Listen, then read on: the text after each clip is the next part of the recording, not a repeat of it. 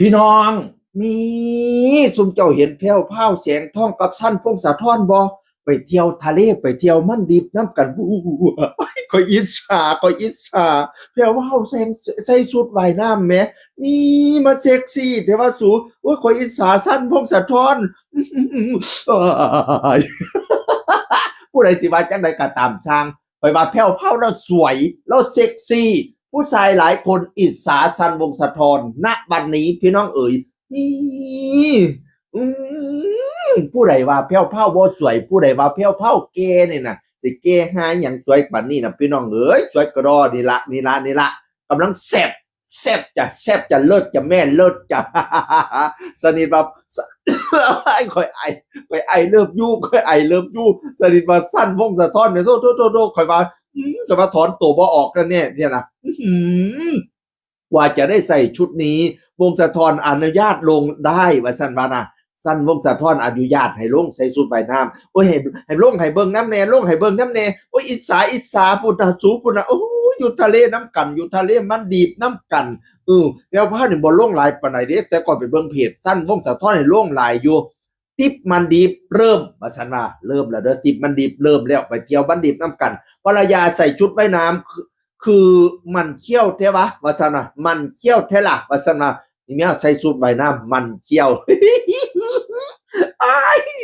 อย่ามามันเขี้ยวเดี๋ยวเขาว่ามันแนวอื่นบุละสูอิสา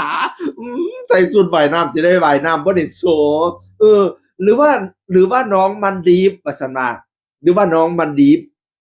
กอดกันอยู่ทะเลพี่น้องเอ๋ยผู้นาผู้ใดบ่อิจฉาสั้นวกสะท้อนเนี่ยก่อยถามเนี่ยผู้ใดบ่อิจฉาเนี่ยสวยปะเนี่ยเซ็กซี่ปะเนี่ยโอ้อีพออีแม่ก็เลยหอมกันอยู่ทะเลพุ่นน่ะผัวก็หอมเมียก็หอมผัวสั้นก็หอมแพ้วก็หอมสั้นถึงมันดิบแล้วครับอีว่าสั้นวงสะท้อนเพิ่นก็อยากโซ่เมียเพิ่นล่ะเนาะเมียสวยเนาะเฮ้ยเออผู้ใดสิว่าก็ตามช่างเนาะบัดนี้ยามมื้อคืนก็ฝันหวานครับคืนนี้ว่าซั่นว่าใส่สูทนอนเฮ้ยพยันใส่สูทนอนบ่ได้นอนอยู่เมียเซ็กซี่ปานเนี่ยจะปล่อยให้ลอยนวลได้ไงจะปล่อยให้รอดได้ไงถ่ายรูปให้คนอิจฉาใช่ไหมเนี่ยลงรูปให้คนอิจฉาใช่ไหมคอยละผู้นึงอิจฉาผู้ใดสิว่าจังไดก็ตามช่างได้เมียสวยปานนั้นก็ต้องอยากโซ่ล่ะเนาะเอ้ยสมัยซุมื้อนี้เขาโซ่กันแล้วพี่น้องสุดบายน้ำเป็นสุดธรรมชาติแล้วสมัยซุมื้อนี้มีดีโซ่โลดงัดออกมาโซ่โลดคอยละผู้นึงอิจฉาผู้ใดสิว่าจังไดก็ตามช่างเด้อบุลังคนว่าเมียแกสิอยู่กันได้จักน้ำตอดแล้วแต่ล่ะค่ะมื้อนี้เขามีความสุขแล้วแต่อนาคตบ่แน่นอนจ้ามื้อนี้มีความสุขแม่นเต็มที่โลดให้คนอิจฉาไปเลยก็เห็นสั้นพวกกระท้อนเราคอยอิจฉาคอยว่าหลายคนก็ต้องอิจฉาเจ้าไปถามผู้ชายหลายคนได้อิจฉาได้เมียงามปะเนี่ยได้เมียหุ่นดีหุ่นเซ็กซี่ปะเนี่ยผู้ใดสิบ่อิจฉาโอ้ยขอยบ่มีหยังเว้านอกจากคำว่าอิจฉาก็ขอให้มีความสุขกับชีวิตคู่ก็แล้วกันอย่าทำให้คนอื่นอิจฉาหลาย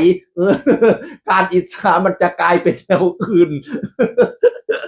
ขอย่านคนมันบ่อิจฉาซื่อๆขอย่านมันคนมันช่างพร้อมนะจังไดก็ตามช่างขอยยินดีกับทุกกรรมทุกฝ่ายพี่น้องเห็นเพิ่นมีความสุขเข้ากับสุขนำเนาะไปมั่นดีสงสัยสิซื้อน้องมั่นดีพะนะว่าเพราะว่าแพ้วพามแสงทองก็เตรียมตัวเปิดเลยเด้สร้างพุ่นอยากได้หลานเด้ทั้งสายญาติอยากได้หลานแพ้วพามก็เตรียมพร้อมเปิดอู่ทันทีก็ขอให้ได้น้องบันดีกลับมาเสียงคือของเก่าเว้าสู่ฟังสวัสดีครับสวัสดีครับ